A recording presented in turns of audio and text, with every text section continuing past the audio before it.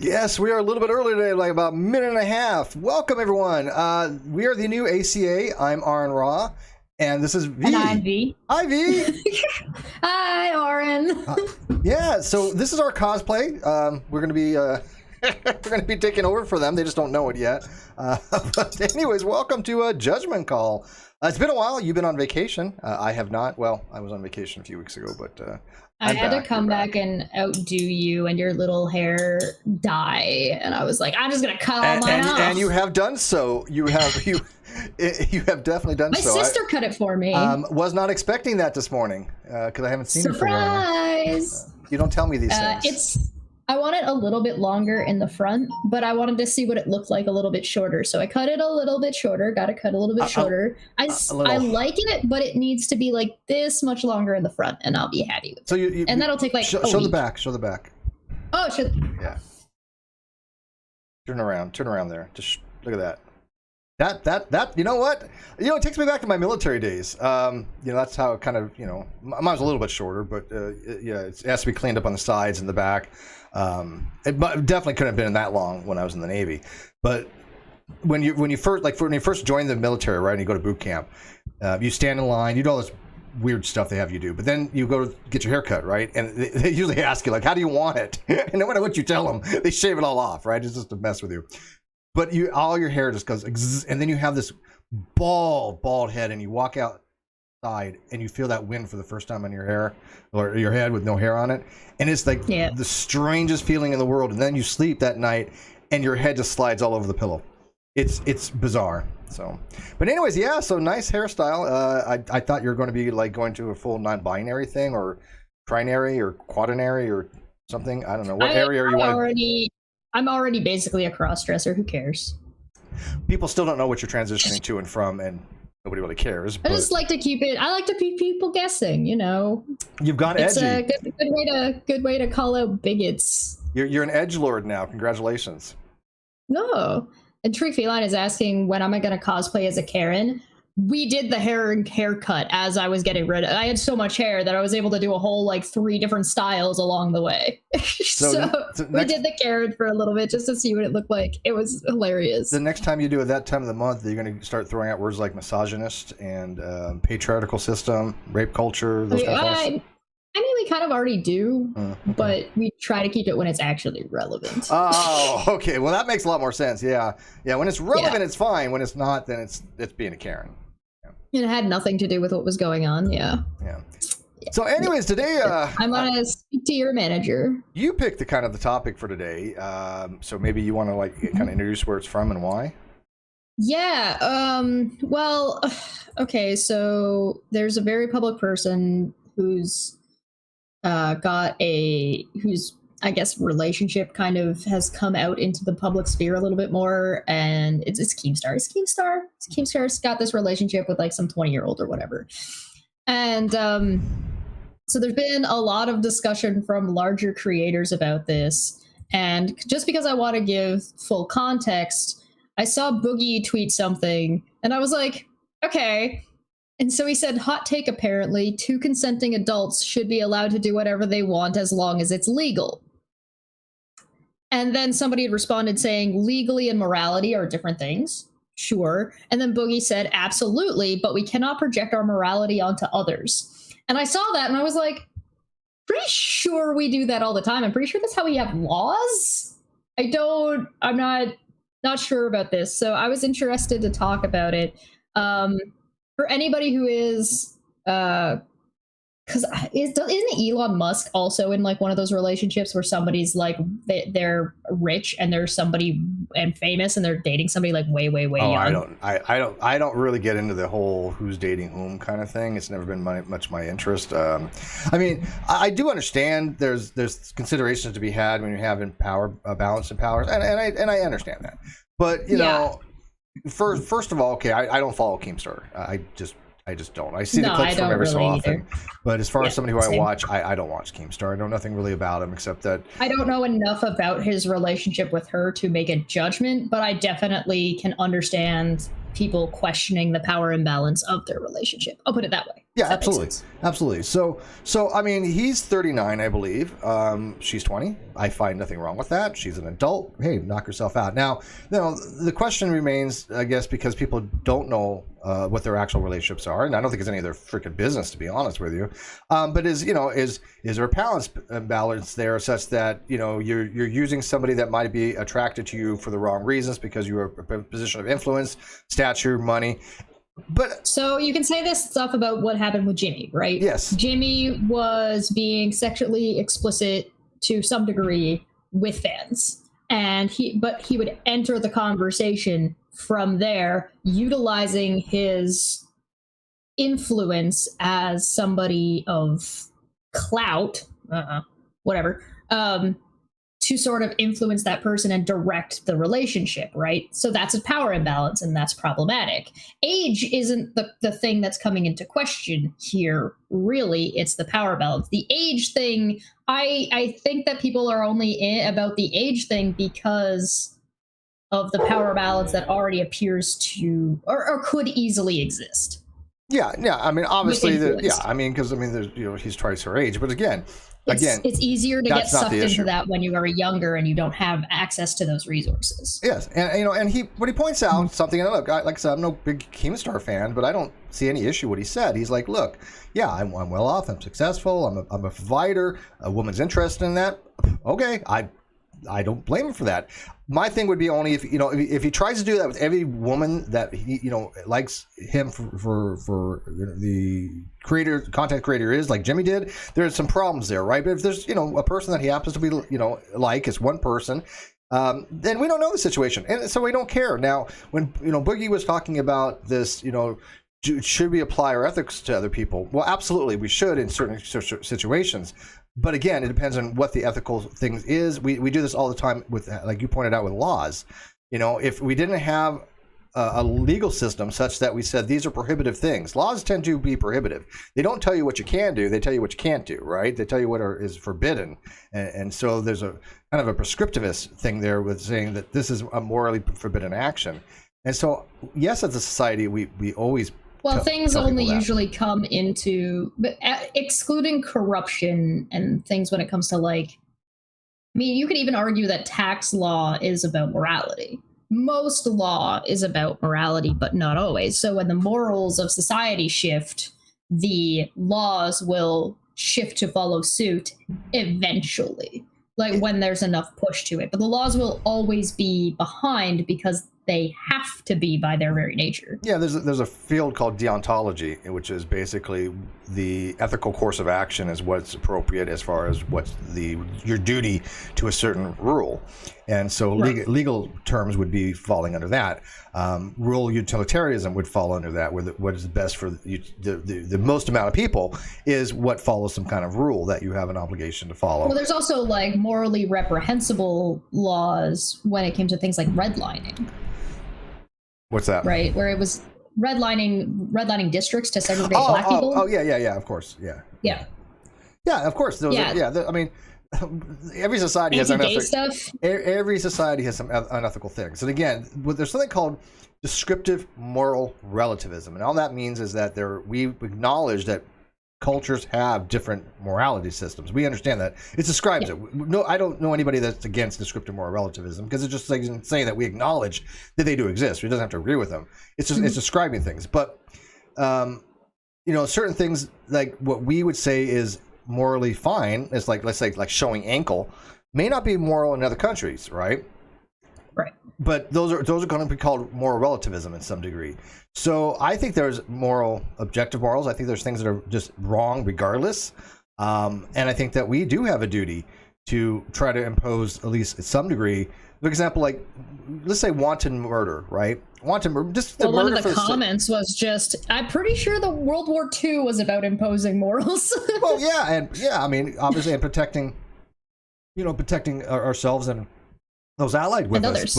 But if we allowed wanton murder just to be cruel for the sake of cruelty, that just violates everything we know about harms and benefits and eudaimonia, then we wouldn't have a functional society. So it is objectively the case that if we allow these things, it would be harmful. That's an objective moral fact, I think.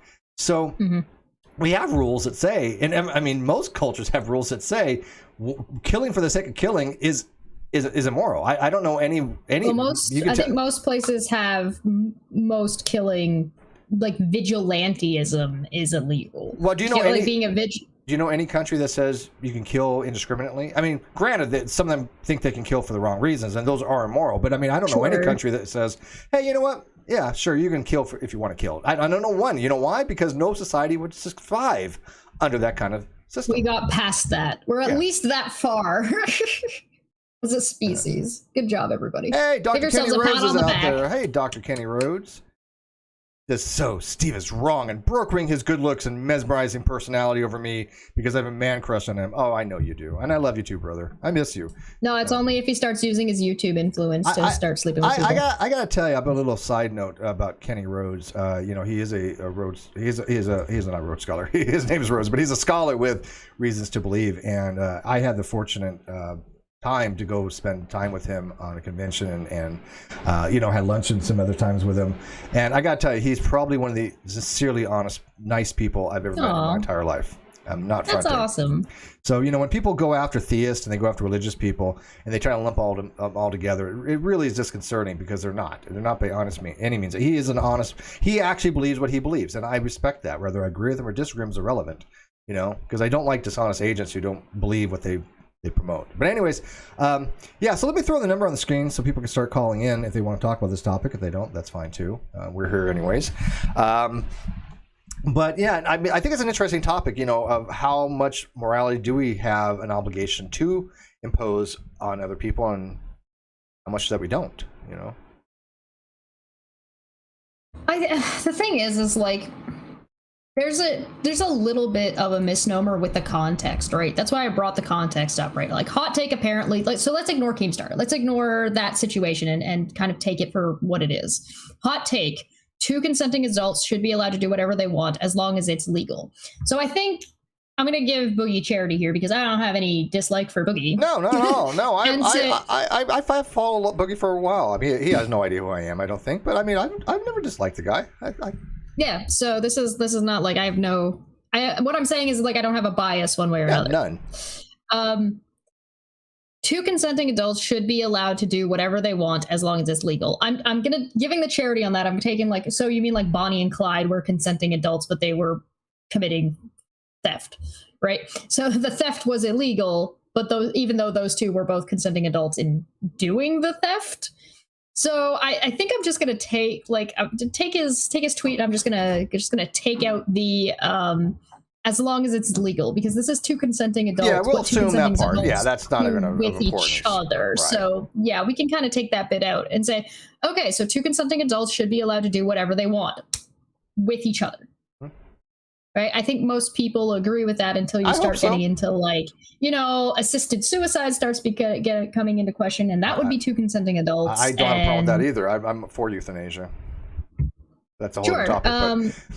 Yeah. Well, that's what I mean. Like when like the way. Well, I think what we're talking about. We're talking about consenting adults having a relationship. Talking about consenting relationships, yeah. And so the thing is like with a lot of these things, the thing that's being questioned is the consent part. Everybody agrees that he's speaking with, do agree that 2 consenting adults should be able to do whatever they want. The question is whether or not their relationship or whoever relationship is consensual based on power dynamics, right? I definitely recommend watching Katie Daisy's video she did a deep dive on power imbalance. I definitely highly recommend watching it. It is really there's a lot of information there, and it was super good. So I definitely recommend watching it. But applying that to morality, okay, and projecting your morality. So no, you ought not be projecting your morality onto shit that doesn't affect you. Well, I think this is one of those cases. I mean, like for example, we have no reason to doubt. I mean, why do we think there's any reason that he has done anything unethical or had any kind of power imbalance? There's no reason to think that. Just because he's well off, he's successful, and he has money, that's not a reason. I don't think those are reasons. I mean, that's kind of a. I don't think the question is about him necessarily. The question is how informed is she? you know what? Until she says something, we have no idea. Why would it matter? Right. I would agree with that. I definitely understand, especially with how many victims of this sort of situation there are, which is a lot. A lot of people are victims of power imbalance. That's a red flag. That age difference is a red flag to people, period. End of sentence. But it's just one of those mere possibilities that, you know what, it's not worth really even dwelling upon unless there's reasons to think so. I mean, sure. I mean, it's like saying, look, you know, you have a billionaire. Well, you know, rich people cheat on their taxes, so therefore he cheats on his taxes. It's like, you know, sure, there's a possibility. If you got that much amount of money, you're probably making mistakes on your taxes, whether it's intentional or not. But you can't say that there's a power imbalance there unless you have reasons to think so. And so I have no reasons to think so. Therefore, I'm not interested in the subject, to be honest with you. I'm more interested in Boogie's, you know, I statement. Think, most people would view just an age gap like that as questionable. Like that would be a reason to ask a question of being like, is everything okay here? Now that's another line from A, involving yourself. Yes. And B, starting to spread rumors and shit. Right, and that's what I think people are doing. Yeah, and I think that's what Keem, you know, said. You know, basically, he's trying to point out to people, you know, that line kind of thing. And I think people, you know, but he, you know, he's a drama person, so I mean, he unfortunately will foster people that are into drama, and so the backlash that's going to happen is because that's the kind of audience he's cultivated. So it's kind of a. You know, as a victim of his own success kind of stuff. But I think he realizes. I mean, Keemstar, even though I really don't have anything to do with him, or the problem is with the way this has been set up is the whole situation is just set up for failure, because essentially Keem is in a position that no matter what he says, he's a victim of his own success on that. It doesn't matter anymore. And that's what I'm saying. I don't follow him. But that's his responsibility. But right? I don't bear him I don't think he's done anything wrong. But like I said, he's just a victim of his own success. Lolimo says to me, it was bizarre when SJ, which is Thomason, what's her name? Thomason, S.J. Thomason, was saying she had a more ontological way of ethics, but she also took a pragmatism and consequentialism in her account. Like what? Yeah, those don't fall under that. So that, I don't know what she meant by that either. That's like when a side tangent, but that reminds me when Alex O'Connor was talking to me about. He said he was a theological. No, he was a moral non-cognitivist.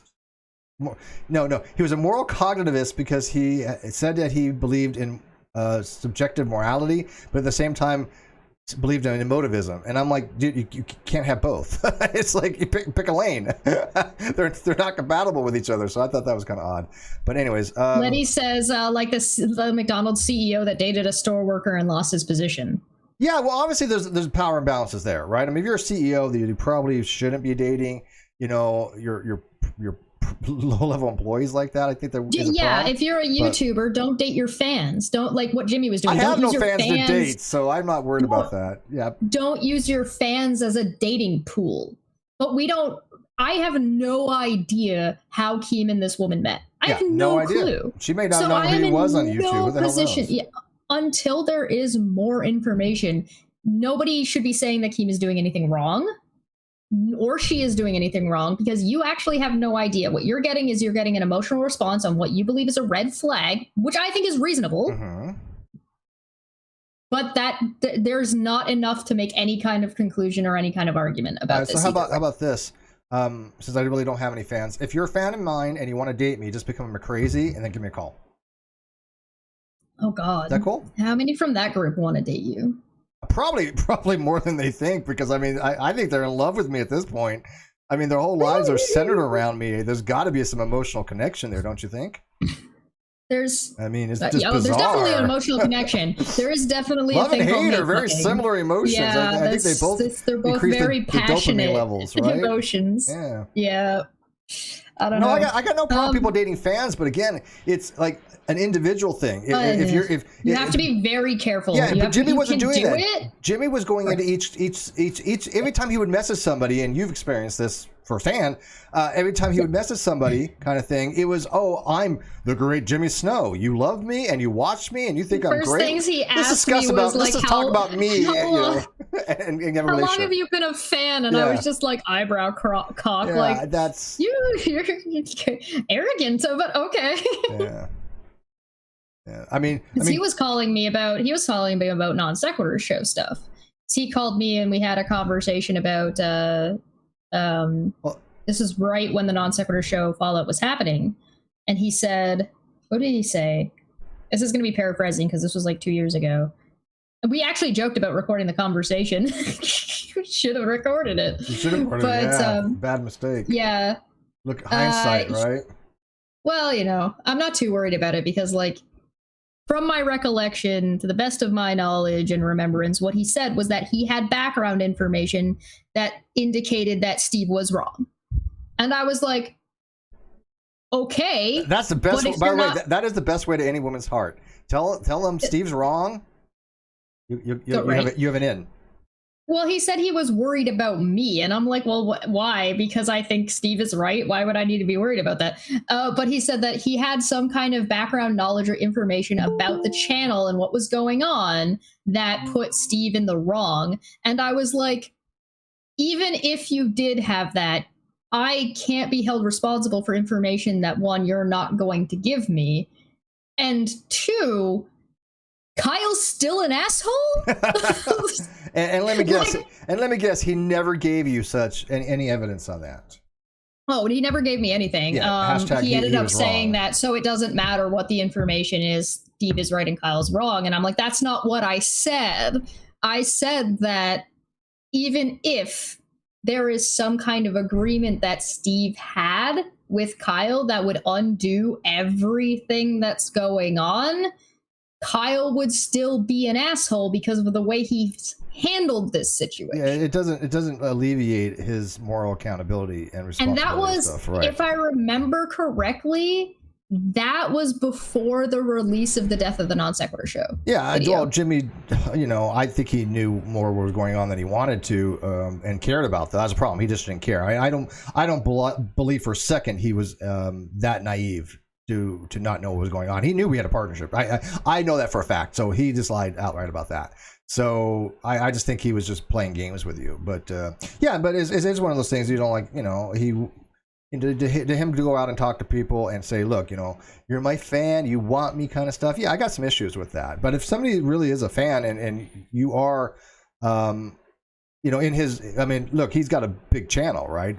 And he probably doesn't make a significant amount of money. So yeah, I think there's something to be concerned about that with, but that's between him and the person. Unless there's an overt thing, I don't get into people's personal freaking business when it comes to that. Justin in the chat just said that Keem said how he and his girlfriend met on his podcast. It was at a fan meetup. Yeah. And it's like that now you're starting to get things that are going to stack that people are going to have reasonable questions. There's questions to be had, and I understand that if that's the case. Okay, nobody should be condemning Keemstar right now. Yeah. You ought to listen to what she has to say about the situation. But obviously. Okay, well, let me ask you this before we get to the caller that just joined us. One second here. What do you think of this? If let's say you are somebody like Keemstar Statue, and you do have a fandom, and you go to these forums and these events, and you have a fan that's really, really into you, should you shut them down? Because back in the day, back when you had like the heavy metal type bands and stuff like that, they had these roadies and girls that would follow them around all the time and throw themselves at them. Groupies, yeah. You had and I look, that was part of the lifestyle. I don't have an issue with that. To me, that wasn't a power balance. Personally, this is not the same thing, right? Okay. I don't know. I'm asking. Do you think it is? Right. So, like, I would say that in a groupie sense, if you're having a one night stand versus having a relationship. Okay. If you're going, and you ought not to be utilizing your platform to get one night stands. So you don't think... So if you are Bon Jovi, if you're John Bon Jovi in the 80s, right? You've got your hair, you've got your jean jacket, you got your little bandanas all on your arm, and you go to the bar.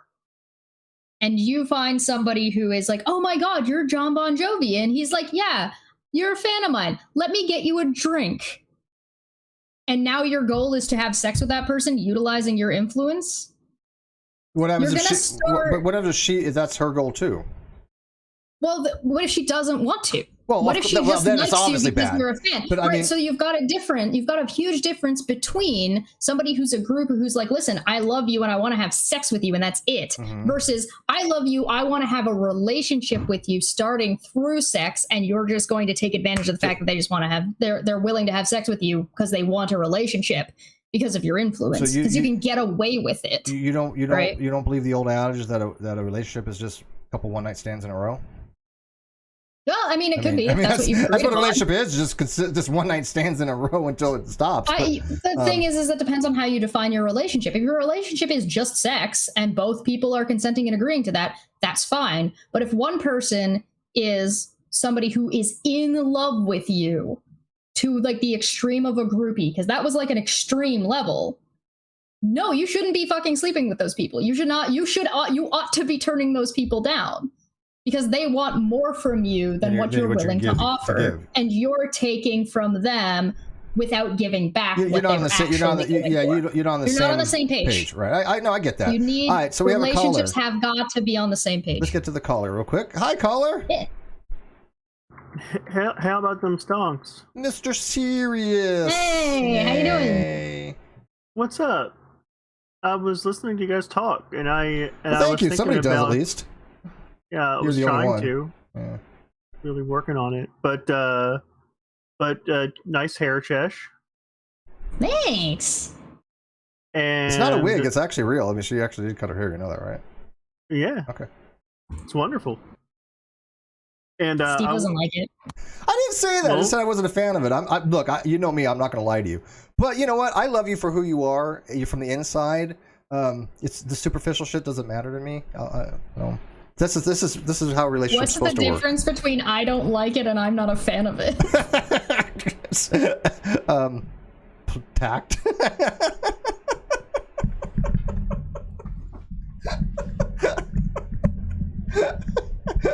Whatever.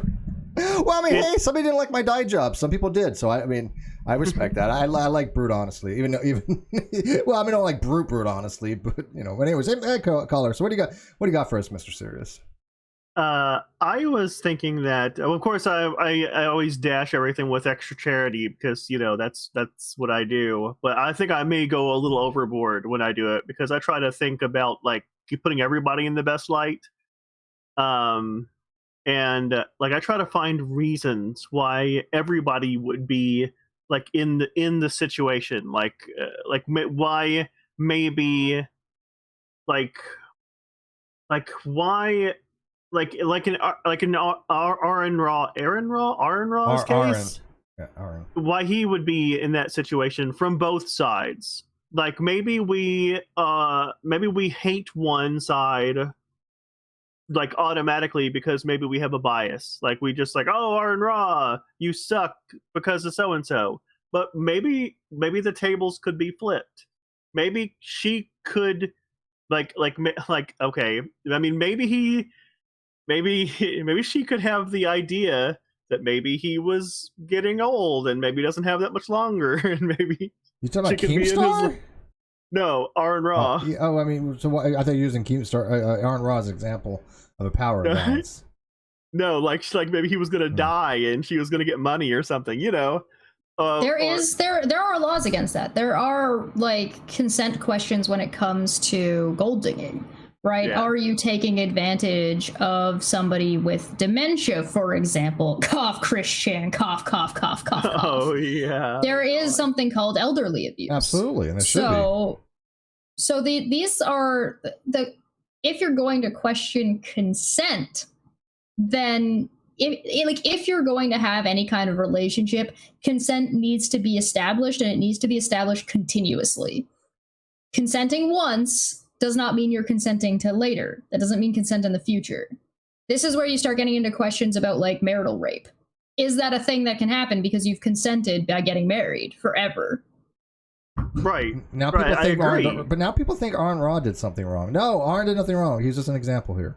Right. Yeah. I'm not saying he did anything wrong. I'm just saying that just because he's older, like I don't think that gives him any like onus of having anything wrong on his side. Or just because somebody's famous, I don't think that automatically puts onus on them having done anything wrong. Yeah. There is definitely, if you are an influencer, if you are somebody who is like well known, if you have name recognition, like if you're at the point where you're recognized as a public figure, you have more responsibility.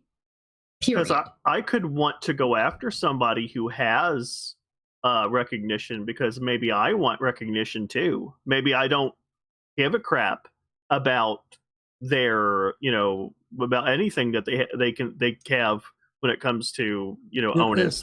You want clout chase. You're clout chasing at that point. Yeah. Yeah. That could be the case. Well, yeah, I could be the one in the wrong. But here's the thing. I don't have any issue with people raising questions. My issue is, why do they have to raise questions verbally? Can't they just do it inside their heads? I don't see the need. No. You're a public. No, that's not going to fly when you're public like that. I don't know about that. I mean, again, what's the point? Right now, I don't see anything Keemstar's done is wrong.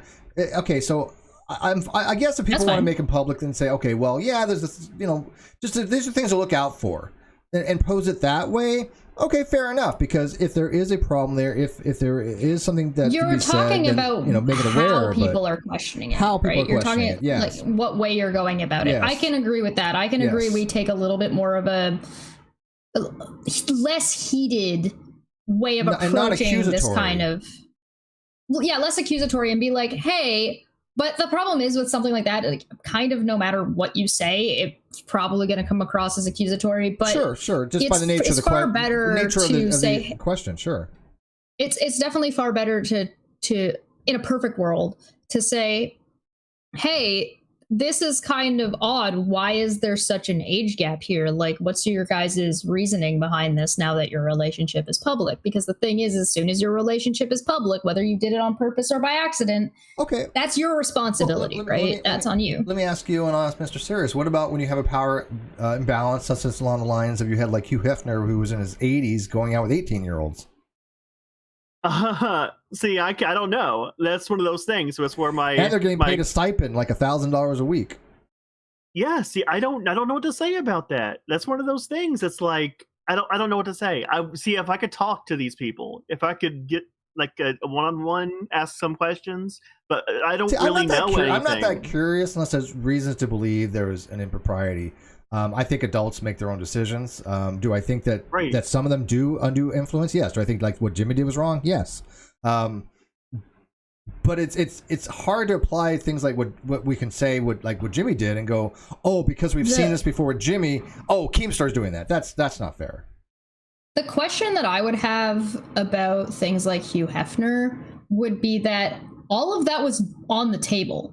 All of that was very public, very open and very public. So if you were doing this, it was public knowledge that you were doing this. You knew what you were getting into. Contractual. Exactly. There were contractors involved. Yes. There was no anybody taking advantage of anybody else in that case, because it was a business transaction, which is very different than what we're talking about with none of these women had like relationships with Hugh Hefner in the same kind of sense as that was a term. They had relationships with him, but it was a working relationship. And like some of them, I'm sure, got closer to him in some ways than others, and that's fine. Or whoever was going to the mansion, and that's fine because this was an all open, on the table, contractual agreement, and that was all consenting adults. And you can establish consent. You can't do that in the rest of in these other situations that we're talking about. I think that's fair. Yeah. Yeah, I definitely don't think that you should meet somebody at like a fan meetup. I don't think that's a what do you call it? An honest. Use your fans. I don't have a problem with that. Maybe because I have nothing to worry about. There's no fan that's ever going to meet me at a fan meetup that I'm going to hook up with. It's just that's not my life. But I don't have a problem with it. Steve, you're also not the kind of person that's going to really do hookups very much. Fuck off. But when I say that, I'm saying it. Steve, you're too old for a hookup. Oh. That's not what I said. I said you're not the type of person who does that. This is some bullshit. See what I'm dealing with here? Hey, you know what? You're not the only one that can twist things. I can do it too. when I say that, I'm looking out for you at the same time. I think you definitely could find somebody, but not for the right reasons. I could find you. You probably could. I would definitely want your subscribers. Everybody go to my channel and subscribe. I think there's He's also just using me. It's okay. I don't mind. Use me. I think there's also a difference between the thing is that you have to be able to establish consent. The age gap is fine if you can establish consent. It just gets very difficult to do so as that age gap gets wider and wider, although it is not the only contributing factor to establishing consent. You can have a 33-year-old taking advantage of a 33-year-old and have issues with power imbalance consent. The age is not really the thing that's in question here, although it is a red flag. Yeah, I mean, it's not 20 and 40 is not horrific to me. It's indicative, but not conclusive. Yeah. Now, my personal thing is, I would have no idea why anybody would, and I don't mean to be disparaging, I'm not ageist, but I have no idea why anybody would want to date anybody under 21, period, if they're of that age, because, you know, you can't take them to a bar. I like to head out, I like to have fun. Well, to me, drinking age is 19 in Canada, so... Oh, okay, well, you know what, that's fair. Is it really, like, for everything?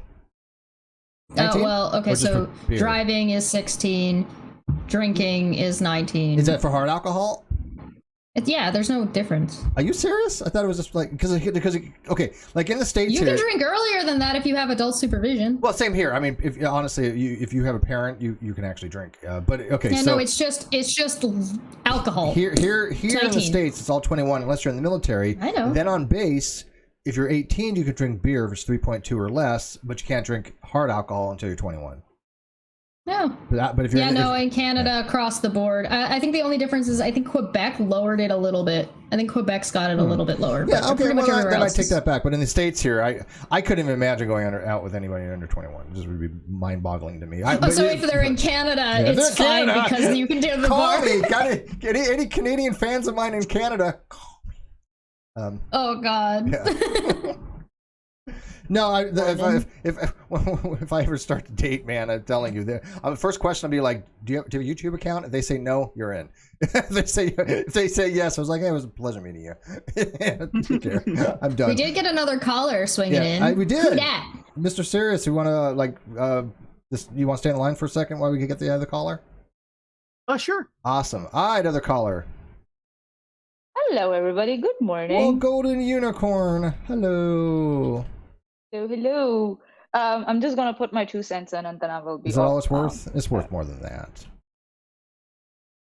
It's like Chef said, like it depends on the situation, I guess. And for me personally, I would never prefer to go for relationships with fans, even if they're adults, because there's still a peer, relationship there, and you don't know what power you're wielding on your fans. You never know that. Do you have fans now? Have you reached that status where you have fans?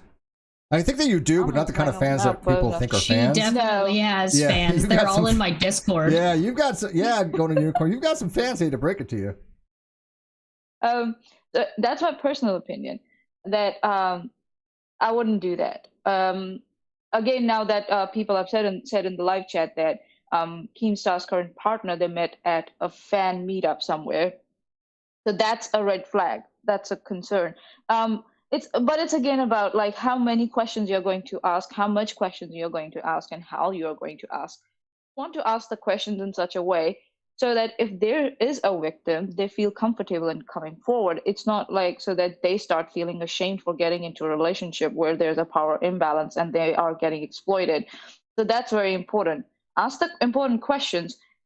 That's fine. And you can keep asking them. That's also fine. But please make sure, like, if you're really looking out for a victim, keep that in mind, that how you're asking the questions, that you're not demonizing them. And still, you don't have to demonize Keemstar either. Mm-hmm. He might not, at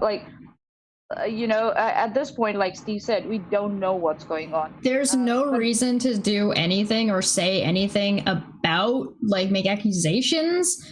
Yes. Until there's, and even then, not even until, once there's something conclusive, you can start having that conversation. But you need to hear out whatever this girl has to say.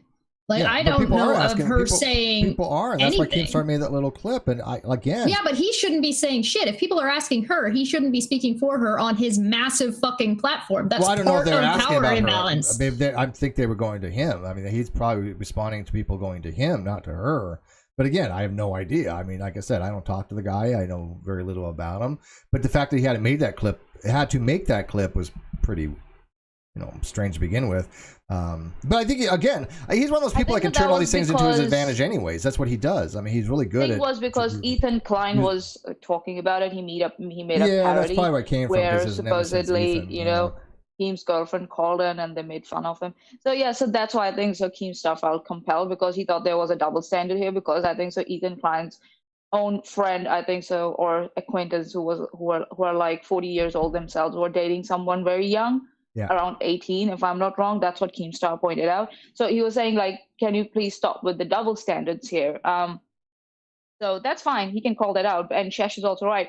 If people are going to ask his girlfriend, she should have a voice and platform to put her views out. And I think so there's a power imbalance here, because we're not hearing what she has to say. I'll be curious to know. It will be great if she could come on Cheshire's channel and give her an interview. I don't know if well, that's not possible, gonna but go. Yeah, good luck with that. But but here's the thing: even if she did, even if she did, there are people out there that probably wouldn't believe her, and they just want to think the worst and think that there is a power imbalance and use them as some kind of weapon against the patriarchal society. It has happened with me, where people have told us how we must feel like, and when we tell them go fuck off, they are like, okay, and you are that's a the baddie problem. now. You're Exactly. one of the baddies. That's part of the problem with power imbalance. When these are all things that the creator, the influencer in the situation has to understand. If you're going to date somebody who is a fan, they don't have the voice you do. They are in a position that they are vulnerable to you, period. And they're already they're somebody who's already infatuated with you, though you may not be infatuated with them, especially at the same degree.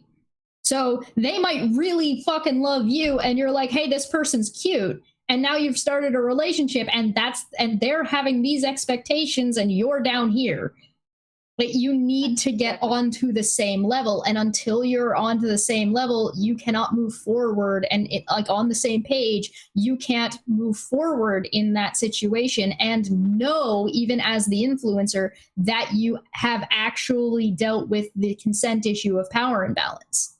You cannot know that until you're on the same page. So you almost want your fan to like you less.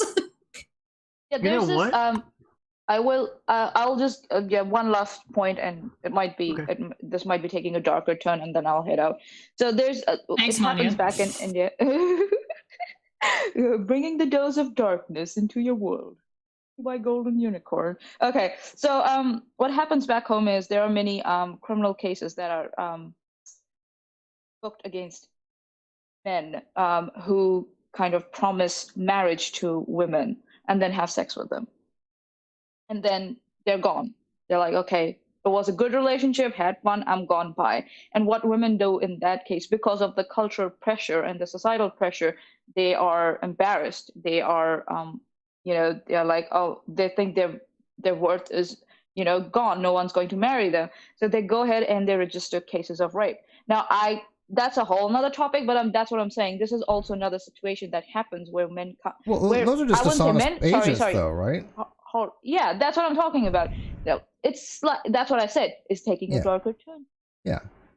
Yeah, so I mean, anybody that is doing that kind of stuff is not an honest consent is very agent, important, and coming on the same level in a relationship is very important. And to loop that back in, should we impose or project our morals in Western society onto that society? Is it okay for us to say, hey, that's morally wrong, even though that's a societal decision that they've made where it's not? I think to a degree we can say it. We can say that we find these things to be morally egregious, but do we have a right to go in and force them to it? No.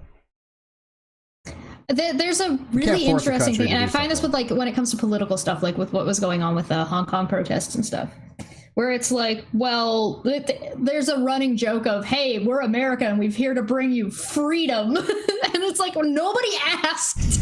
Fuck off. And so there's like an interesting dynamic there of how much is okay for you to get involved, right? Is it okay for you to fund a coup or set up a coup and replace the leaders of the country? America's never done that before. Is it okay for you to kind of send out propaganda or anti-propaganda? One of the things that people do, there are projects in North Korea that are people basically sneaking in on USBs episodes of Seinfeld to just be like, hey, listen, life doesn't have to be the way you live. So the question is like, do you impose or do you present? And I think presenting is the better option if you have a choice, because there are some circumstances where you don't. You're not gonna present Jews in World War II with like, hey, you know, life could be better, and they're like, yeah, no fucking shit, asshole, thanks. I'm cured. All right, I'm gonna head out. Thanks, guys, for having me. Thank you, Manya. Cheers. You want to read the super chat? Yeah. Exploratory Bites for 5 said, I gotta say it, Chesh, that hair is awesome. Love it. It really suits you. Thank you. I appreciate that. I like it. It needs to be a little bit longer, but I like a little bit longer right here. Well, it's all about your likes. You have to. It's all about you. Yeah. I mean, I did this without even telling you that was happening. No, I just actually today was the first time I saw it this morning. That's actually not true. I have mentioned a couple of times that I'm like done with my hair and buzz it all off. I did not see you for how long? It's been how long since I've seen you? A week. Yeah. Well, I think it's been longer. Week and a little bit. Yeah. Maybe a week and a half. Yeah. So you didn't get it colored though. Why don't you go like blonde? That'd be hot. I didn't have the. Oh my god! Did I just say it'd be hot? I'm not sexually harassing you, am I? I didn't mean to. I don't have the money to. I don't actually look that good with a blonde, but I was considering running to the dollar store to see if I could find some silver hairspray just to spray the top. But let people know that me saying that your hair blonde would be hot is not sexually harassing you, because I don't. I assure you, you're just factually incorrect. You don't think I do not look good on it. I don't look good as a blonde. I've been blonde before. It's not a good look on me. How about platinum blonde? Platinum might work. Platinum might work if I do platinum on the top and leave the sides dark. Do the Christy Santiago thing, because man, she wears that perfectly. That salt and pepper. I'm not. I don't like. Okay, fine. Send me $200. I'll go get my hair done. It just matches her skin tone or just overall image. Yeah. So yeah. Christy is beautiful. She's. Anybody who has a negative word about Christy Santiago doesn't deserve to be a human. Just they're evil people. All right. So, anyways, we got open lines. Still, actually, we still have Mr. Sears in here somewhere. I am here. I don't look good as a blonde, but no. Oh. I am blonde. But so there's this channel that I like to watch, where a guy made the channel. And one of his fans, she drew him like a picture or something, and she, I guess, fell in love with him or something. Like something happened. I don't really know the backstory, but they ended up meeting and fell in love, and they're basically like whatever you would call it, married but not married, like everything but married. Mm-hmm. But basically, they're probably never gonna break up. Yeah, but. He incorporated her into the channel. Like, she is basically bigger on the channel than him now. Like, if she left, the channel would be gone. Is that something like Armored Skeptic and Show in the Head kind of situation? I guess, yeah, I guess. But I think that situation is kind of a way it could work. Mm-hmm. Like, you could kind of bring somebody in to, like, instead of you could kind of bring somebody into your life to take part in what you do, and that way they wouldn't be a fan. They would be part of your situation. They couldn't keep being a fan of yours. They would be part of your thing. Would that work? I think that it's such a the reason why people ought not to be making accusations and speculating too hard, because I understand speculation, because you're like I said, there's a lot of people who have been victims of this type of behavior, And so you get a very vitriolic reaction and a very uproarious reaction when things like this kind of go down or they become public initially, because you don't have a lot of information. So this is another thing that the influencer has to keep in mind. You're the one with the power in the situation. These are the things that you need to concern yourself about. You have to understand how your relationship is going to be affected when it becomes public. It's all going to become public eventually. So if and when it does, how do you handle it? What do you do? How do you present it? Right? And so when people find out incidentally and something like this happens, you need to be A, prepared for it, and B, if your relationship is healthy and it is in a good spot, you need to be able to concretely demonstrate that.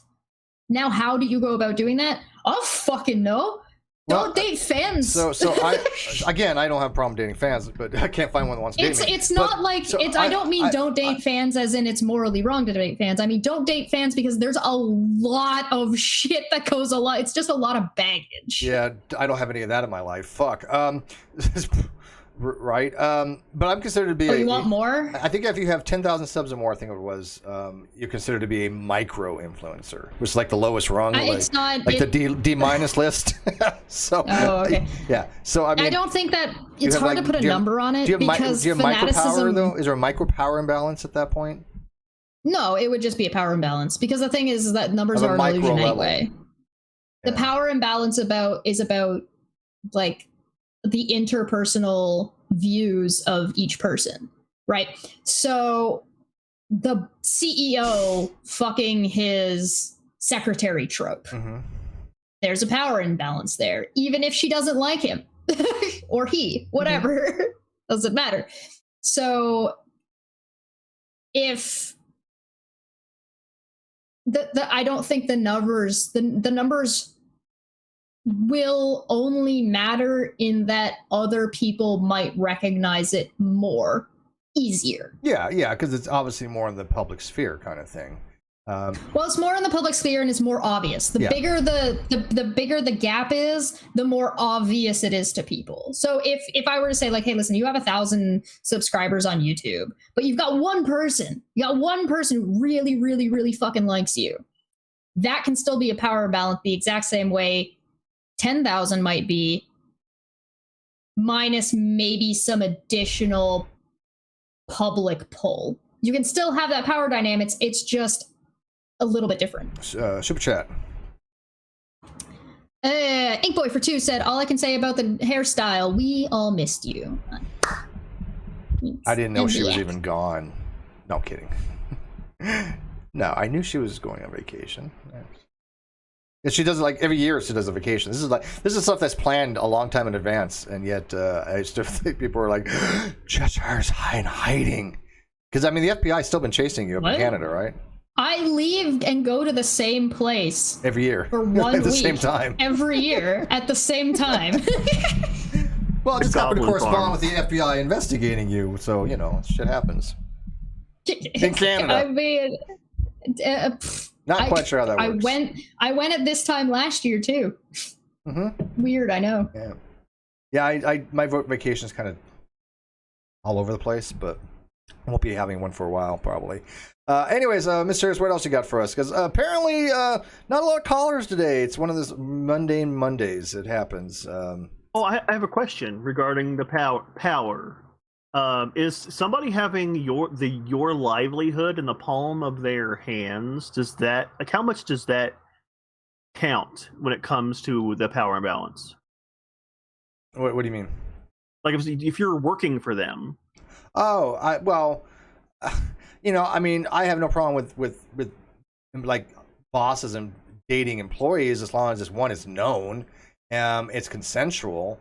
And you don't use your power as a means to say, look, hey, look, I have this power, start dating me, I'll give you perks and benefits and you'll get promotions and things of that nature. That's obviously not something that should ever happen. But as far as, you know, even in the military, you can date subordinates. You just, the command has to be aware of it kind of stuff, right?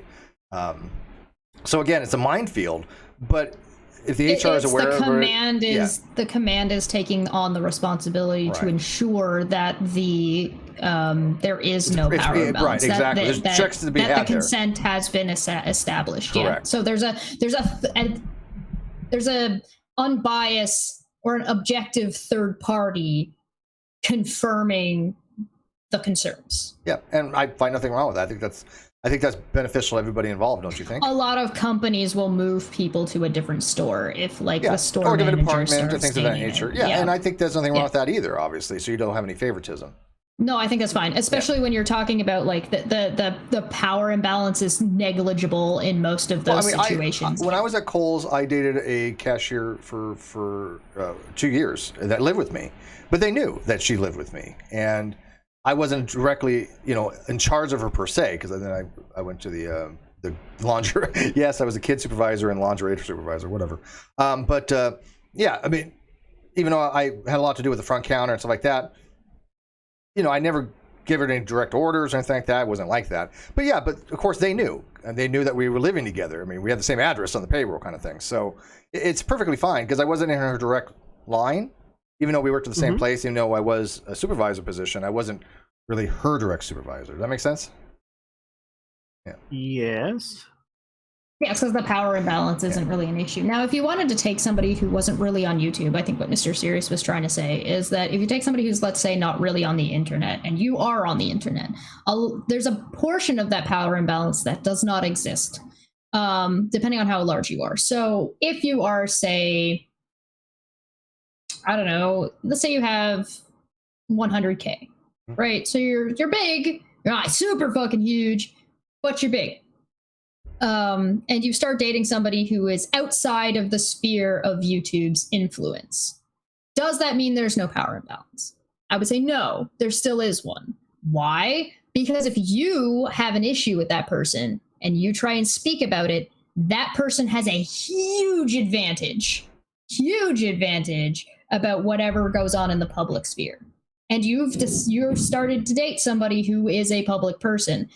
Now you're gonna have a little bit of an easier time making that decision to date that person or not, and the baggage that comes along with it than a fan would. But anybody who has a platform could do that. If you're a blogger, if you're an actor, if you have a news reporter, anybody has a platform that they going into that, if that person could reach a very large audience. Correct. Right. And that's now then on you to understand what that means. And it's on them to also communicate what that means. Right. Especially if you're somebody who's so far outside of their influence that they might not actually understand what they're getting into. It's your responsibility when you start dating somebody and you have a large amount of influence to make sure that the person you're getting in a relationship with understands what they are fucking getting into. You care about this person. Why do you not want them to know? I'm seriously going to just start dating Amish women who don't know anything about the YouTubes and the internet, and there's no power balance there, right? Yeah, maybe. Yeah, there's no power. They're like, what's YouTube? Might be a social one, but I'm not sure. Yeah. I don't know enough about Amish culture. I don't know either, but they seem cool people. So maybe I'll convert. Yeah. Well, no, I think you're. But if you're to bring somebody into the sphere, like your sphere of influence, and sort of they also become a creator that's attached to you, you could, like, if you're talking about like the Armored Skeptic shoe situation, they're probably one of the best examples that I've seen of a cohesive, clear separation of like two influencers that were together that then went their different ways.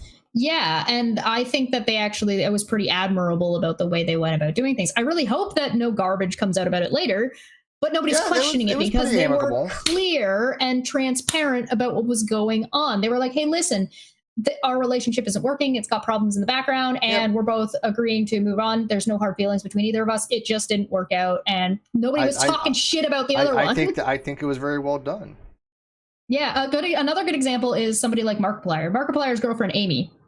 They work together, but she works as more like a producer. So she works in the background. So she actually has a solid amount of control over the influence that Mark has himself. So the balance starts shifting back because her influence is there, but it's different. Right. So, and I make the assumption because of the way it was presented, because they announced that, like Mark announced that when he wanted to on his terms, because that's a whole different conversation. Keem did not announce this to anybody. This is something that kind of just appeared. Yeah, right? I just saw, I just happened to see it in the news feed kind of thing on my timeline. Other than that, I don't pay attention. So when you're an influencer, it's on you to recognize that these things are going to be public and how you present it. And it's almost always better to present something yourself in the way you want, on your terms. And so the way Mark and Amy did it, it was very clear. It was very transparent. There was no questioning about any of this. And on top of it, there was no, like, I don't even remember any backlash. People were like, yay, good for you. Yeah. PewDiePie and his girlfriend. There's been no questions about any of that whatsoever. And Mark and PewDiePie are huge. Yep. So, and there's zero questions about it. So why isn't Keemstar on that level? What about Keemstar's situation? And I think it's probably because Keemstar is a lot more arrogant about himself. He's a lot more narcissistic about himself, a lot more prideful about himself. So maybe it might come across that he's using his influence, in a more power imbalance way than. How much of Keemstar is a character, and how much of who the hell knows, is right? Actually, who he is. I would have absolutely no idea. Nor do I, like I said, follow him enough to care. So I just see him come up every so often on my news feed, but other than that, I don't think I've ever watched a single episode of his program, whatever the hell he does. I mean, I know of it. I've seen you're clips. talking about Drama Alert? Drama Alert, yeah. I think that's the question people ought to be asking. If you're upset by Keemstar's relationship and people's responses to it, because I saw Repzion say some shit, and I'm just like, yeah, I'm not a big fan of his. I've never watched any of his stuff. I think his hot takes are crap on almost everything he's said. So I've seen him say, I don't know what the hell. He's just. I don't buy him as an honest agent. Where did I see? I remember him saying something that where was it? I saw Mika retweet it, and she explained it actually pretty perfectly. Let me pull it up. You talk. Well, like I said, I don't follow all those types of drama creators. I think that a lot of them just want to talk shit for the sake of talking shit, and it makes profit for them. Keemstar has made a living off that, and he's honest about it. He's very honest about it. He's like, what he does. He's a drama person. That's what he thrives on. Okay, he's got game. Yeah, there are risks and rewards that come with stuff like that, right? Yeah. And the thing is that it's all people are going to not put a whole lot of responsibility on this woman, because most of the responsibility does fall on him, because he's the one with the power in the dynamic. So yeah, Repzion said, you're telling me a 20-year-old cannot consent to another adult. Why are you taking agency away from women? Power dynamics are applicable when someone is being used to get something they want with fame. Not a hot take. I don't care about legal adults if they're consenting. He's missing completely missed the point. Yeah, he started to talk about it, but then he just kind of veered away from it. It's like, okay, we're talking about power balance, and then he's back on the whole a consent thing. No, I think he completely missed the point on that. Just because Mika made a good point and said, just because people have a problem with Keem doesn't mean that they don't have a problem with other relationships that depend on older, more powerful men who abuse money, power, and platforms. What? Imagine if they break up, what Keem's audience could do. There's a huge imbalance. That's a fair take. Yeah. Right. That's a whole nother thing. What happens if she says something that Keem doesn't like, they break up, and he wants to go after her? Right. She's fucked. Yeah. What's she gonna do? Yeah. I mean, he can malign her, he can say whatever he wants. And of course, if him being a drama person, I'm not saying he's that kind of guy. I have no idea. But he certainly could if he wanted to, I don't know if he has a track record of admitting that he's wrong. Mika proceeded to say, can women consent? Yes, but these systems put outside pressure. Not to mention, you can literally hear Keemstar text Banks a compromising picture of that girl, which Banks then sends someone else. The girl is in a toxic situation, and many are worried about her. Well, and that's something to be said too, especially when they're sharing things of an intimate nature, which I believe should always be kept private regardless. I mean, you're just an asshole otherwise. But if he's already... is it... Sorry, finish what you're saying. Yeah, no, there's... If he's already, violating those certain things, then there might be some problems there. I mean, obviously, there's nothing wrong with sharing decent pictures, right? I mean, but if it's something that's compromised, where a person's intoxicated, they weren't aware of it, I don't know why he would put himself out there, because that seems to be, well, it's not revenge because they're not broken up or anything, but it seems to be he's more willing to do that than what if they did separate, and let's say she did have very compromising things of a nature where she wasn't giving consent, or she was intoxicated, she had lesser inabilities. So I don't know. Like I said, I don't know the guy. I have no idea whether he's capable of doing this. It's just one of those things. The like answer you're saying, is those there's are the questions, a lot. Right?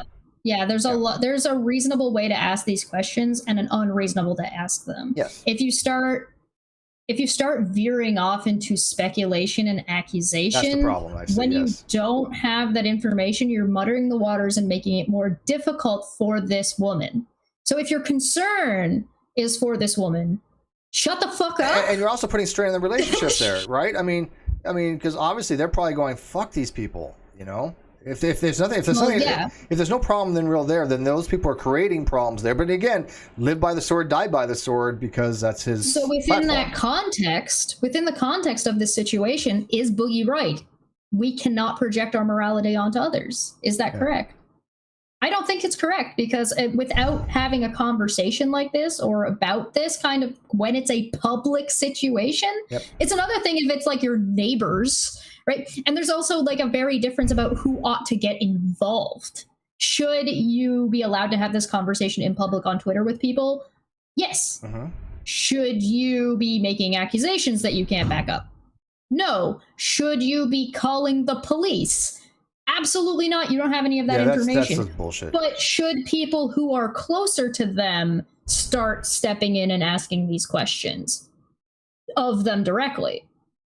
Maybe that's their relationship. That's those people that are their friends and that are around them. And if I was this woman's friend and she told me she started dating Keemstar, I'd be like, "Are you aware of the business? That's a lot.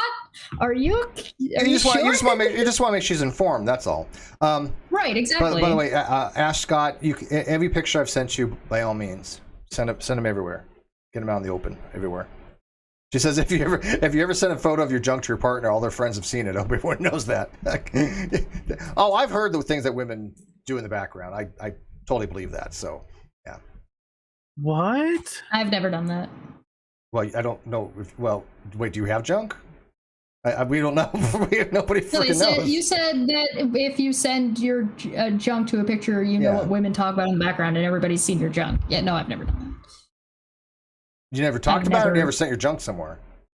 I've never sent, when somebody sends me junk. Oh, you don't. Okay, I got you. I haven't shared. Well, you start sharing them. I mean, I kind of shared once when it was somebody trying to troll me, and I was I blocked it out. It clearly wasn't them. It was clearly some shit. You're like, you wish that was you. I know people were trying to dox me, and they doxed some poor woman that lived in Toronto, and I'm like, oh, this poor lady. People, I don't understand. You know. All right. Anyways, let's see here. What else we got? Like in a relationship with. Yeah. No, I get you. I'm just catching up with the live chat. If you're sharing intimate pictures of somebody without that person's consent, you're an asshole. Yeah. Oh, yeah. Well, that's why I wish I had pictures of me to share. I'd be like, go ahead. I'm sorry, I don't. I honestly think that, if I was to revenge sharing porn of a girlfriend after she broke up with me or the relationship ended, I would hope, and this would be an honest hope, I'm throwing out there for future me. So if everybody out there, if I ever do this, I want to, if you ever hear about me ever getting into a relationship ever again after that, I want you to warn whoever it is I'm getting into a relationship everything about me and all the things that I've done. I don't want you to ever allow me to ever get into a relationship unless I've somehow proven that I'm a better person. Like well, don't worry, proven definitively. Mr. All those photos you sent me, all those drunk nights that you've had, they're safe, man. They're safe. They're not going anywhere. Wow. I think that because they're only for me, right? They're mine.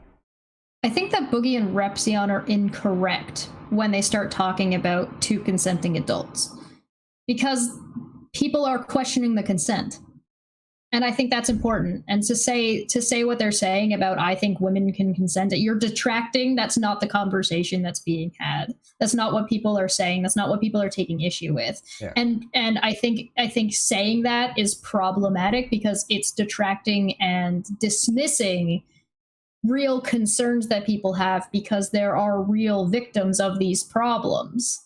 Yeah, especially right? when it's somebody of that nature. Because I mean, Keemstar is a high level player. I mean, so absolutely. Yeah, I think there's reasons for people to be concerned about Elon Musk, who's like however old, dating somebody who's like 21. It's like, okay, yeah, no, I understand that people are concerned about that, and they get red flags and they start to ask questions, because those are things you ought to ask questions about. That doesn't mean you condemn anybody. Yeah. You don't know enough. And you don't get involved in their relationships. You don't get involved. Right, yeah, you're not you're not their mother. Yeah, I mean, yeah, technically, you're not the consent police. I have worries for both sides in that situation. Like, I don't automatically throw my hat in, on one side. Oh, this side's the winner. I hate this side. I'm like, red flags everywhere for me. I'm like, oh my gosh, I'd set you both in the corner. This could go very far south for both people. Yeah, but here's the thing. I don't know either one of them. I don't even know who she is. Don't know her name. And I certainly don't know Keemstar very well. So I have no concern for either of them, because there's just not a thing that I want to even waste my time giving concern about. A really good example is Bill Clinton and Monica Lewinsky. Yes. There is no reason for you to know her name. Yeah, no, I agree with that. That was a power imbalance. That was a huge power imbalance. Yeah, there's no question about that. Yeah. There's no reason for you to know her name. Yep. None. Nope. Zero. I could have stayed out of it. I agree with that. Mm-hmm. Let alone the fallout of what happened to her for years to this very day after the fact. One of the things somebody was already saying was, well, she's ugly. What the fuck does that have to do with anything? And she wasn't by any stretch of imagination. But second of all, that's one of the most dumbest retorts. Keemstar's girlfriend. I was going to say Monica was. I never thought she was unattractive. I've seen people say that about her too, though. Yeah, yes. But even still, completely irrelevant. So far, misses the point. She could be the butt ugly zero on the. And because he's going to talk. He's even saying that he thinks that she's like a 10 or something, because he was talking about these ones or twos and zeros of making these kind of comments. But even if she was the ugliest person in the world, who gives a shit? That's completely irrelevant. Well, it's apologetics. It is apologetics. It's like I agree with you 1,000%. She should be lucky to be with him because she's not attractive enough. You're not a solid 10. You're about a 6.5. Therefore, you should be grateful. That's an example of power. Yeah, that's an example of power imbalance. There's outside influence informing this woman that she is not good enough to be with the person she is with for whatever reason, and that she ought to feel lucky, even if she is not in a position or a situation that she wants to be in. So me saying something like, Cheshire being only like 62 IQ, she should be grateful that she's on my channel as a co-host. Right? I mean. Yeah, see. There's if I have a 62 IQ, I ought not be in a relationship with anybody. To be honest. That's true, yeah. Fair point. I'm not smart enough to be able to consent. I don't know. 62. That's like. Well, I don't know. I don't follow IQs. It's like Greek to me. I don't understand what ugly even means. I mean, I think it's so subjective. Of course it is. that I consider beautiful, I swear they brush against the norm mostly every time. I look, there have been some women out there that probably would not be anywhere near where people consider to be conventional beauties that I mean, I'm the one that's more attracted to. Like, for example, like there's a show I watched called Good Girls. Ever watched it? I haven't. Okay, great show. It's going up to season 4. They might have a season 5, but I think it's canceled now. But they're trying to get a season 5. But my favorite character from that show is actually one of the. She's an FBI agent. Like, what was her name? She's she's really goofy looking, but my God, I think she's gorgeous. Her personality, she's hilarious. She's a comedian. I can't remember her life of me. What the hell is her name? But I mean, she's not a conventional beauty. But I think she makes the show. God damn it. What is her name? You guys watch? You guys don't watch that show. Let's see here. I think we have Google here. I do like Christina Hendricks, though. I think Christina Hendricks is one of the most beautiful women I've ever seen. But what am I talking about? I think that there is Laura Lumpkins. God, she's awesome, but she's not conventional beauty. I think that that's so subjective. Yeah. But to get back to Boogie's point about morality, I think that there is. It kind of depends on which sphere of influence you're talking about. If you're talking about the court of public opinion, then yeah, of course you can. Of course you can have that conversation, and in fact you ought to have that conversation, because there's a big difference between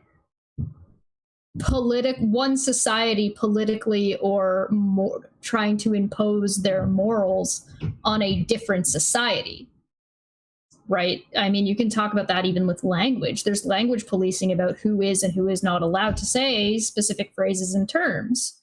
It's socially acceptable for you to do it, but not socially acceptable for you to do it. And you see a lot of people in America saying, hey, no, it's not acceptable for you to do that over on the other side of the ocean, where the word has a completely different connotation.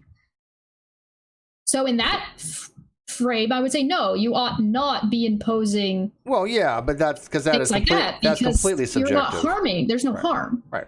Right. But if you're talking about should places like American Atheist International or something like that be attempting to influence places and political as well as court systems in countries where being gay is not okay, or it's not okay to even be an atheist in the first place, ought they be involved? Yeah, I don't have a problem with that. I mean, in some cases maybe, in some cases maybe not. And then you can go a step further. Is it okay for Russia to invade Ukraine? No, but they actually said that the Russia was actually, if I remember correctly, actually said they weren't going to ever go into Croatia again and Ukraine again, and they kept every time they then they did. Every time Russia says they're not going to do something, they do. It's like, okay, whatever. Would it be morally the right thing to do for America to use its military to impose or American morals on Iraq? Like, hey, listen, you have a religious state and we think it's a problem that you're a religious state. You should have freedom from religion and your women shouldn't be oppressed in the way that we believe they are. We're going to use our military might to enforce the freeing of those women, even if they don't want it. I think because our way is better than yours. Well, I think America should at least use its military might to go invade Canada and take all their Puntine. Puntine? Puntine. Take Yeah. all their Puntine, not their Puntine. The Americans are coming to Canada and they're stealing our women. They're taking all our Puntine. It's poutine. Poutine. There you go. Yeah. I don't know if you'd be able to. I mean, it's French fries, gravy, and cheese. So like, I don't know why you haven't adopted that. That seems like something that America would be like all over. It. I mean, I had the opportunity not too long ago to try a form of poutine, but it didn't have cheese curds in it. I'm like, nope. I'm going to have the original or nothing.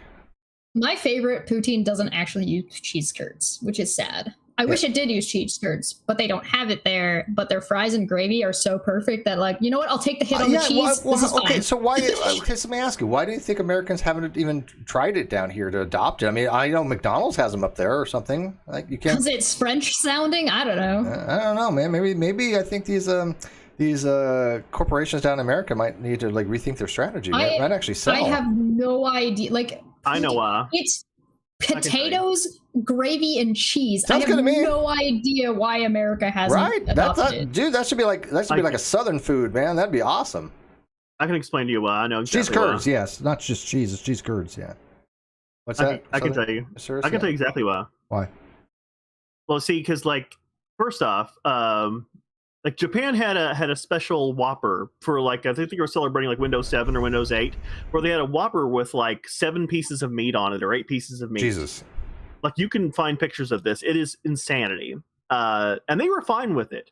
They have a Big Mac with like 4 pieces of meat on it in Japan. Like they don't care. We can't have that though. We can't have that, and we can't have poutine because, and this is the reason, it won't sell because it sounds unhealthy. Mm-hmm. Because America's been Sounds on too a French. It's trans fats and hydrated hydrated vegetable oil, and no, I think you're right because there's a place down here called In-N-Out Burger, and you can get a 4x4 is the highest you can get now, and it's off the menu, right? So they have a lot of off menu stuff. So one of the things you can go get is a 4x4 animal style. So you just walk in, say I want a 4x4 animal style. It's one of the best burgers you ever had in your life, but it's not on the main menu. But it used to be you can order like if you wanted a 10x10, they would make it. If you wanted a 20x20, they would make it. It would be very expensive, but they won't do it any longer. 4x4 is the highest they would go for that very reason. Yeah. It's weird. Have you ever had one? Because we actually, they make things that sound healthy but are actually horrifyingly unhealthy for you. Right, exactly. And I don't live anywhere near an In-N-Out, and I wish I did. If you say you've never had a 4x4 animal style, no, you have not lived. I know. I've heard this. It's so. I'm not. So in Canada, I'm not even fronting. Wendy's, it's so good. Our Wendy's has something called a Baconator. Oh yeah, I've had a Baconator. Yeah. 4x4 animal style is still better. But Baconator's good. By the way, Steve, you should be aware. McDonald's in Canada does have poutine, and it's trash. No, I know, and I said that. That's what I'm saying. I know they do up there. That's what I'm saying. If McDonald's has it up there, why don't they have it down here? Because I knew they had it up there with cheese curds. Yeah. I know it's kind of garbage. You probably don't want it. Yeah, it sounds like it's a lesser version, like their gravy is not good. Yeah. Their fries are not the right kind of fries for. I've had some different types of gravies, and there are some gravies better than others. Yes, absolutely. I should go and see if Burger King has a poutine. But no, I think Mr. Circus is right. I think it's a marketing thing, and you know, Americans will love to eat shit that sounds healthy, even if it isn't. They know it's psychological to them. That and it sounds foreign. Yeah, that might be true. I really think it's French sounding. I just really think that they're American. A lot of Americans don't understand nutrition very well. At all. Oh God! They lived under the food pyramid and taught that which is bullshit. School, even though that was a marketing gimmick. Yeah, food pyramid was bullshit. We've got a food pyramid up here. I'd be curious to know if ours is different than yours. Yeah, ours was invented by people who wanted to sell wheat and dairy and milk products, bread products. Yeah, and this whole gluten-free nonsense. It's like, you know, they didn't care about nutrition at all. Do you know how many few people have gluten allergies? It's pretty rare. I've also heard of people who don't have the gluten allergy but do feel better when they're eating gluten-free stuff because it's just easier to digest. But I think it's a lot of it's psychological. But yeah, let people eat whatever they want, but don't impose it on other people. Look, man, you want to get smart water and you think it makes you smart? I don't care. You know, I drink diet water. I find that the food pyramid is just upside down.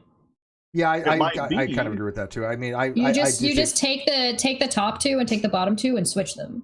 So ours is laid out to be like carbs, and then same with Italians, pastas and carbs. Carbs, dairy, carbs, dairy, veggies, meat. No, yes, and then what it ought to be is veggies. Well, like meat, what milk kind of dairy, like what kind of milk do you carbs. drink? Like I drink actually vitamin D whole milk. That's my favorite milk. Oh, I just kind of grab whatever. I like to use like 1%. Yeah, or see, I don't like the I like 1%. goat's milk or whatever. The 1% milk to me is too watery. It doesn't provide the necessary I don't really nutrients. drink the milk on its own is the thing. I really mostly just drink milk in tea. So I don't actually drink that much milk when I do. And I don't like the super thick, like I don't putting cream in tea. It's just No, I don't put cream in tea. That's nasty. I don't put milk in tea. I don't either. like it. So I mean, like 2% milk it makes the tea kind of thick. So 1% is a little bit better for me.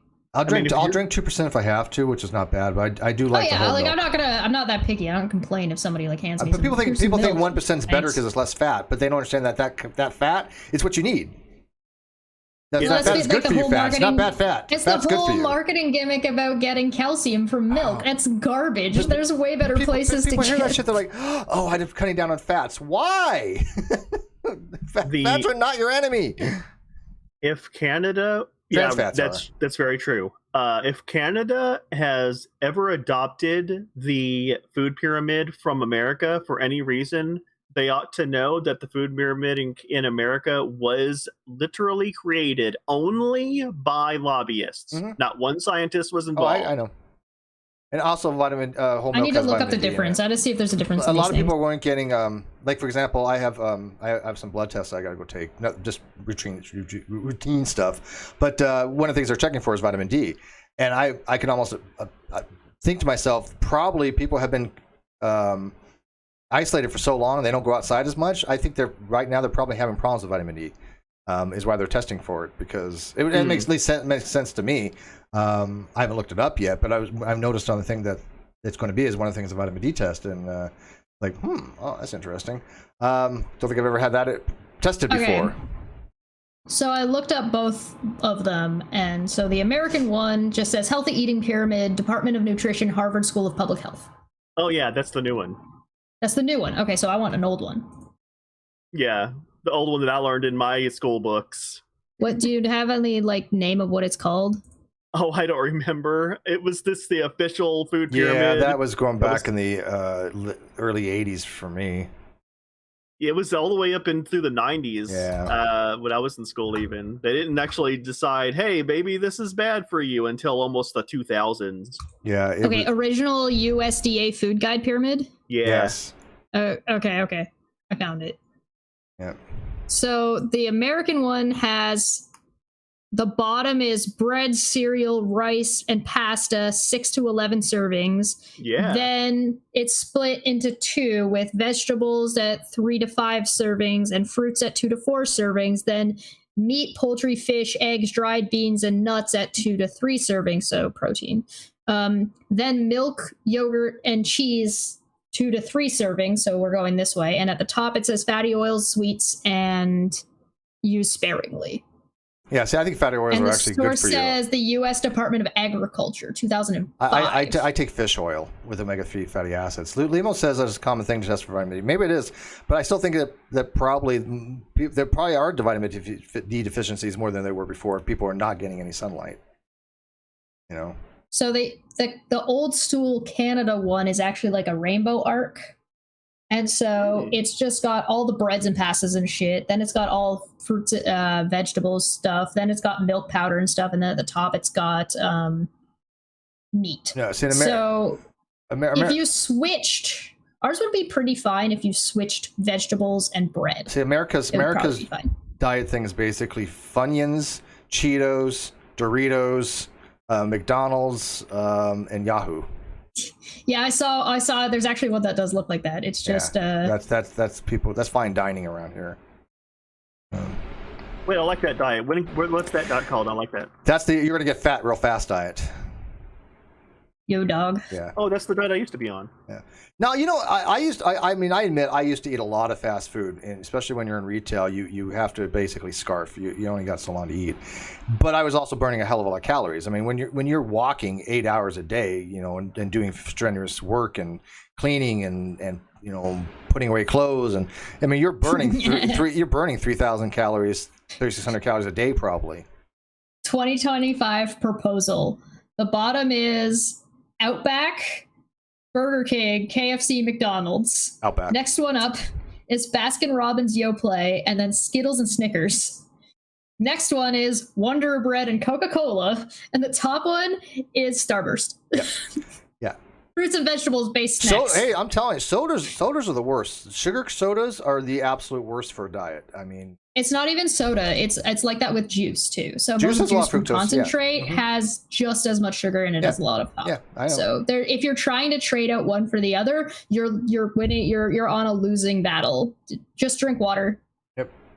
As a matter of fact, I drink a lot of water. I drink mostly what I drink is this. I drink sparkless water, like gallon or tap water. I have no problem with tap water. I drink whole milk. I will make my own tea, with tea bags, black tea bags, and I just put sweet and low in it. Lots of coffee. I do drink coffee. But as far as like drinks, One I'll of drink the a best sports things drink if every you so want to often. switch, if you want to switch your sugar in your Rockstar. tea, so if you find that you're using a lot of white sugar in your tea, I don't use any white sugar. I'm speaking in general. If you find you're using a lot, switch to brown sugar and cut it the amount that you're using by like 2/3. Or honey. Because brown sugar will pop the sugar flavor more with being better for you and Have you ever tried honey in your you'll be tea? using less of it. Because honey's good in tea. It's really you don't need a lot honey of is it. also very good in Honey's tea. Yeah, really honey is good. fantastic, but Yeah. honey is expensive. Yeah, no, that's true. But my roommate, he gets organic honey, and every so often he'll be like, "Hey, try this," and I like it, and I'll put it in tea, and it's not bad. It's really actually pretty good. I don't like straight sugar. I don't like any refined sugars in drinks. That's why I only get the zeros. Uh-oh, you're muted. Oh, Emma? No, she's muted. I drink. I'm in Canada. I put maple syrup in my drinks. Yeah, there you go. Maple syrup and everything. Or tell you what, you want to remove? Put in amaretto Oh God, Oh. no, that's sweet. or Southern Comfort, For Southern Comfort, wow. or both. Both is good. I think we're gonna kind of call this episode a quits. You don't want to let me give people the fun fact about juice? You can give that, and then we'll just wrap it up because I'm fading and I got some stuff I got to do. Steve's out of it today. I am. I even told people this morning. I was like, I want to go back to bed. But no, I got to do some stuff, and then I am going to pass out. But yeah, go ahead and wrap this up, Mr. Serious, and then we'll take it off air. They branded juices as being healthy. I think they still even do, but they aren't. And the only reason why they sell juice is because they get a lot of fruits off the plants that they would consider quote unquote unsellable.